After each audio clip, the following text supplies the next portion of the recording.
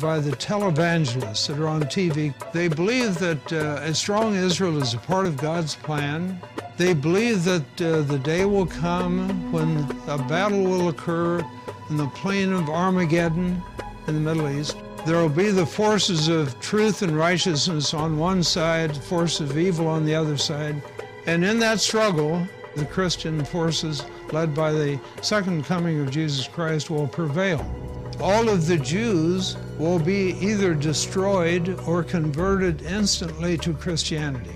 It may sound to the viewer as a very far-out notion, but believe me, it is widely held and supported by millions of Americans whose doctrines really, in the ultimate, are hostile to the survival of Jews, but nevertheless, the supporters of Israel see this vast body of American people as being a great asset at this time, so they embrace them.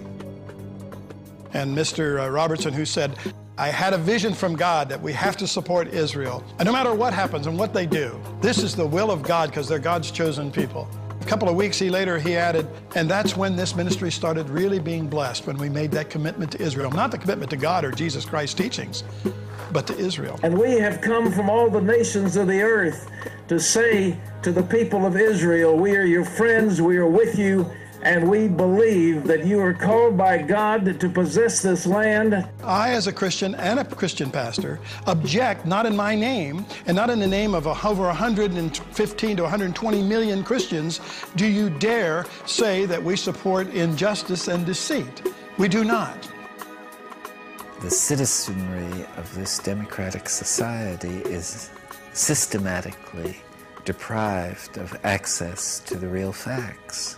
The American media play a major role in continuing U.S. support for Israel through leaving out vast swaths of information. It is the classic case of lying through omission. Major statements by American diplomats, senators, military leaders are going unreported. Sentences are being removed from news stories. Information is being manipulated. Those are the three factors that work together on Capitol Hill and lead to such total bias, such total absence of free speech, of open debate, that is, I think, very destructive to our institutions and to our best interests in world affairs. So Israel, for example, does not abide at all by international law. The entire occupation is illegal. It's a violation in particular of the Fourth Geneva Convention. By the rules of the Fourth Geneva Convention, you're not allowed to build settlements, you're not allowed to build roads, you're not allowed to expropriate land, you're not allowed to deport people, you're not allowed to restrict their freedom of movement, you're not allowed to harm their economy, you're not allowed to make them unemployed and impoverished. But everything that Israel does in the occupied territories, U.S. taxpayers are paying for. The U.S. gives the financing, it gives the military support. Israel receives as much foreign economic assistance as all the countries combined in the world.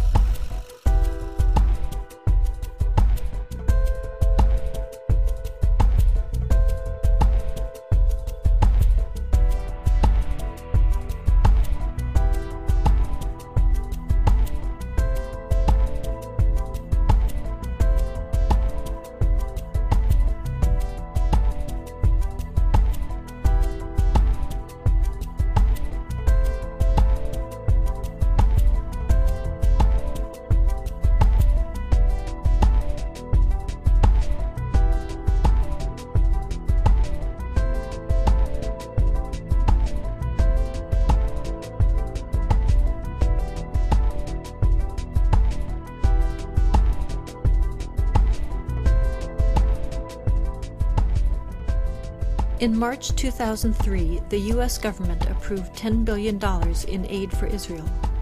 At the same time, it withheld a $3.5 billion grant to upgrade the training of first responders, those who would be first to respond to a terrorist attack. Spent domestically, that $10 billion could buy health care coverage for over 4 million children without proper coverage, or pay for 1.5 million American children to attend Head Start child development programs to prepare them for school, or simply help states offset the costs of one of the worst fiscal crises in half a century.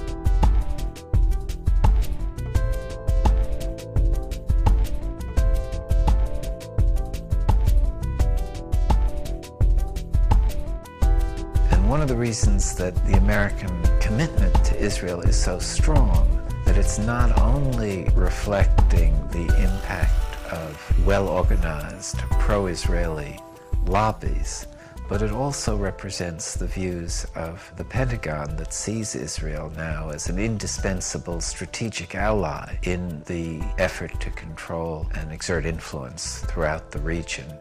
The main concern for the United States, like the world, is the oil-producing regions. And in order to control that, you need a way of doing it.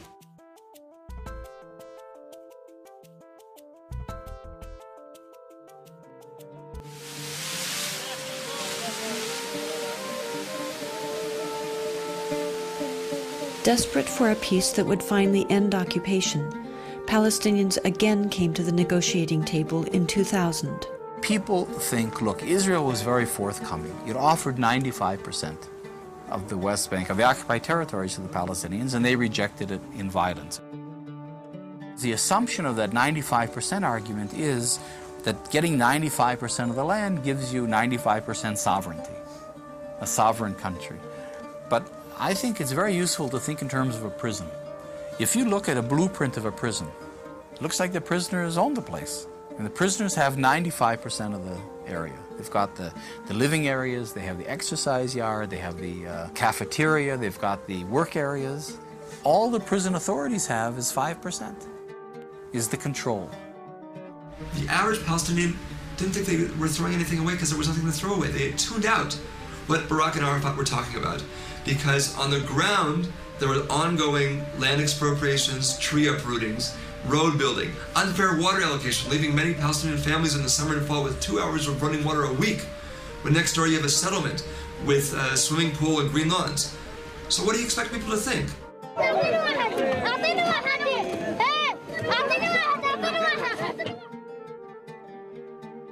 And it was that pressure, that sense of being squeezed, that finally exploded in September of 2000 in what became the Second Intifada.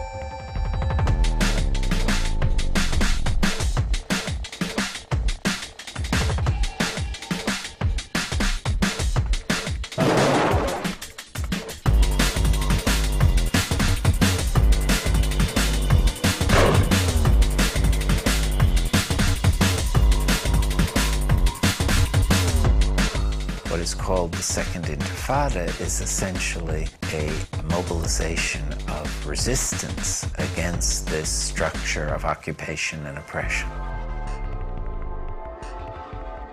Israel, from the very beginning of these demonstrations, had indeed relied on excessive force. They had used live ammunition against unarmed demonstrators, had inflicted several deaths, and hundreds of casualties in the opening days of the Intifada.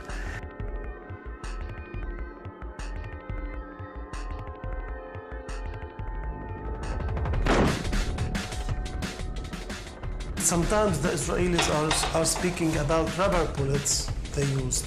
By the way, it's not rubber, it's steel coated with rubber. This bullet, it killed many of the kids who are demonstrating, I mean, sometimes while they are throwing stones. As this case, I'll show you what happened. He is 14 years old from Khan Younis. He was shot with a one like this and it entered here, and he died. A lot of the deaths have been children, and we do have some documentary evidence that security forces are firing on crowds of children. The soldiers weren't at risk. They're heavily armored, they have all this high-powered weaponry, and no child with a stone is going to be a risk to them.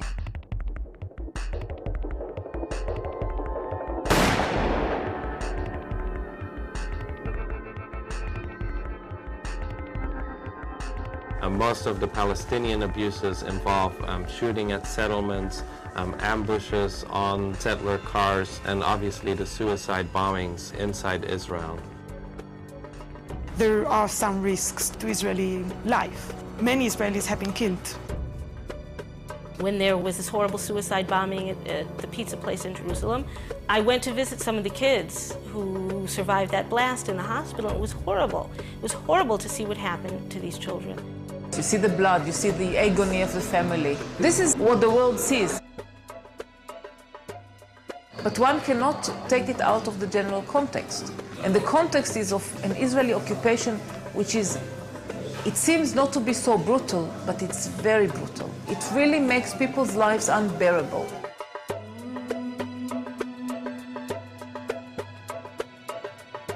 The use of suicide bombers is an act of desperation. It's the weapons of the weak. Israel doesn't do it, never, because it has airplanes and helicopters. Why should they send anybody to make suicide?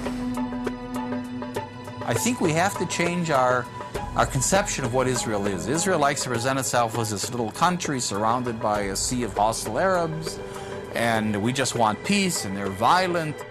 Israel is the 5th largest nuclear power in the world. It's got between 200 and 300 nuclear warheads. So the reality is that Israel is a regional superpower.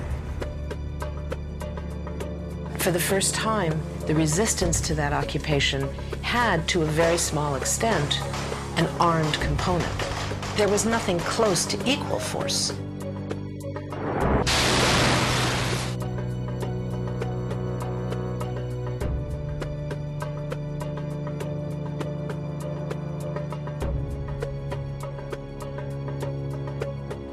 At every stage, they had used grossly excessive force against a completely defenseless civilian population.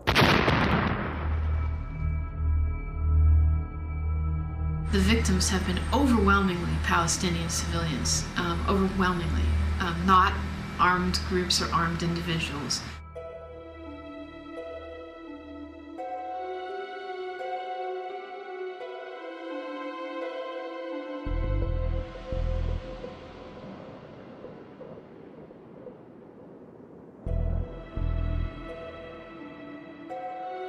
Israel has established all of these checkpoints within the West Bank, which require Palestinians to wait hours and hours to go very short distances. Just the freedom of movement, it's something that Palestinians are denied on a daily basis. The access to Jerusalem, the access to health care, the access to hospitals, clinics, and schools. We're talking about 3 million people who's had their freedom of movement totally stopped.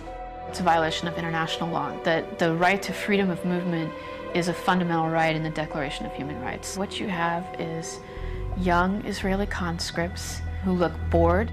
These guys are sitting out there and they're watching thousands of Palestinians go by. They have carte blanche to pull anyone over and harass them for whatever reason. They can detain them for hours, and it's a dangerous situation. The main population that are being affected by Israeli policies is the civilian population. Those population who is not being involved in any attacks against Israelis, civilians or the army. During this time of closure, unfortunately, there have been lots of bombings, lots of attacks. The closure is not